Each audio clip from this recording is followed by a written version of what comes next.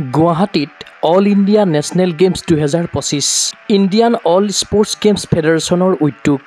প্ৰায় 1.5 শতাধিক সমৰ কলা খেলুৱৈৰ অংশগ্ৰহণ গুৱাহাটীৰ পল্টন বজাৰস্থিত মণিকুমাৰ সুব্বা ভৱনত শনিবাৰৰ পৰা দুদিনীয়াকৈ অনুষ্ঠিত হৈছে IASGF all India national games 2025 international all sports games ফেডাৰেশ্যনৰ অধীনত ইণ্ডিয়ান অল স্পৰ্টছ গেমছ ফেডাৰেশ্যনে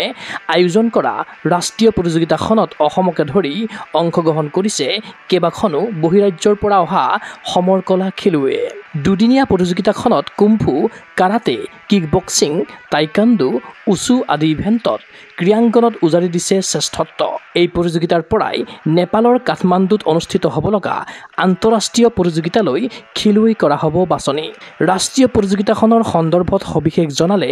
আয়োজক ইণ্ডিয়ান অল স্পৰ্টছ গেমছ ফেডাৰেশ্যনৰ সভাপতি গ্ৰেণ্ড মাষ্টাৰ গমে থাপাই ইয়াত প্ৰায় 155 ষ্টুডেণ্টে পাৰ্টিচিপেট কৰিছে আৰু এই খেলখন 4th ইণ্ডিয়ান অল স্পৰ্টছ ফেডাৰেশ্যনৰ অল ইণ্ডিয়া নেশ্যনেল গেমছ 2025 হয় আৰু এই খেলখনত যিসকলে এই প্ৰতিযোগিতাত অংশগ্ৰহণ কৰি পেলাই যিসকলে ইয়াত পদক বুটলিবলৈ সক্ষম হ'ব সেইসকলে আমি আগন্তুক হ'বলগীয়া ছেপ্টেম্বৰ 10, 11, 12 তাৰিখে নেপাল কাঠমাণ্ডুলৈ 4th সাউথ এছিয়ান গেমছ হ'বলৈ গৈ আছে তাত আমি তেখেতসকলে সিলেকশ্যন পাব আৰু এই একচুৱেলি 4th সাউথ এছিয়ান গেমছখন আমাৰ আছিল শ্ৰীলংকাত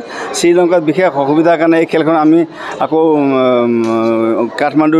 নেপাললৈ আনিবলগীয়া হৈছে গতিকে এই খেলখনত যিসকলে আমাৰ কায়িকভাৱে হওক আৰ্থিকভাৱে সহায় সহযোগ কৰিলে তাত আমি ধন্যবাদ জনাইছোঁ বৰ্তমান খেল চলি আছে আমাৰ এইটো আমাৰ কাৰাটে আছে টাইকাণ্ডো আহিছে কুংফু কিক বক্সিং উচু আছে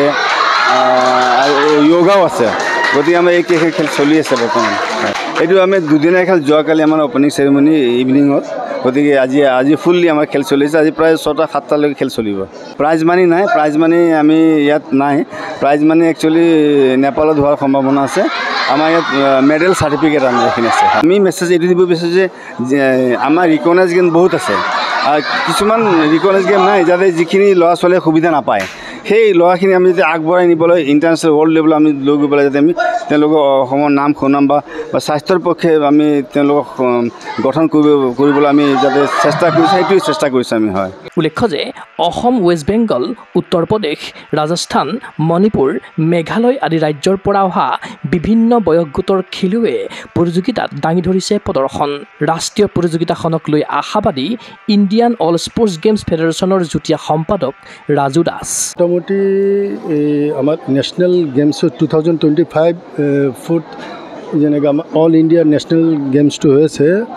13টা ষ্টেট আহিলে যেনেকৈ আমাৰ ৱেষ্ট বেংগল UP ৰাজস্থান আৰু আপোনাৰ মণিপুৰ আৰু মেঘালয় এনেকৈ 12টা ষ্টেট আহিলে মোটামুটি 160-70 এনেকুৱা হ'ল অসমৰ 48 আমাৰ আশাটো এইটোৱে যে আমাৰ প্লেয়াৰবিলাকৰ চব ডেভেলপ হওক ফিউচাৰ আগলৈ যাওক ব্ৰাইট হওক এন্তৰ সেইকাৰণে আমি আমাৰ যিমানখিনি আছে কৰ্ম কৰি আছোঁ আমাৰ ল'ৰা ছোৱালীবিলাক যেন আগলৈ আহিব পাৰে ফিউচাৰটো খুব ব্ৰাইট হয়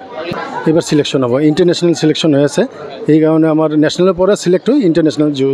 যাব আমাৰ প্লেয়াৰবিলাকে ক্ৰীড়া অনুৰাগীৰ আশা এই প্ৰতিযোগিতাৰ আচলত ধৰি কাঠমাণ্ডুৰ আন্তঃৰাষ্ট্ৰীয় প্ৰতিযোগিতালৈ বাছনি লাভ কৰক অসম তথা দেশৰ দক্ষ আৰু উপযুক্ত খেলুৱৈৰ ইণ্ডিয়ান অল স্পৰ্টছ গেমছ ফেডাৰেশ্যনৰ বলিষ্ঠ নেতৃত্বত দুপদূপে আগুৱাই যাওক অসমৰ সমৰ কলা খেলুৱৈ news desk report Google sports এনে ফিজিকেল এডুকেশ্যন বিষয়ত ডিগ্ৰী পাঠ্যক্ৰমৰ কাৰণে অসম তথা উত্তৰ পূৰ্বাঞ্চলৰ প্ৰথমখন শিক্ষানুষ্ঠান অভিৰুচি ইনষ্টিটিউট অৱ ফিজিকেল এডুকেশ্যন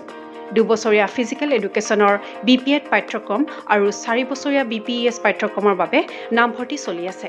বিতংকৈ জানিবৰ বাবে আজি যোগাযোগ কৰক যোগাযোগৰ নম্বৰসমূহ হৈছে 9435100098 700222 33540 88765210988 ৱেবছাইট www.aipguwahati.in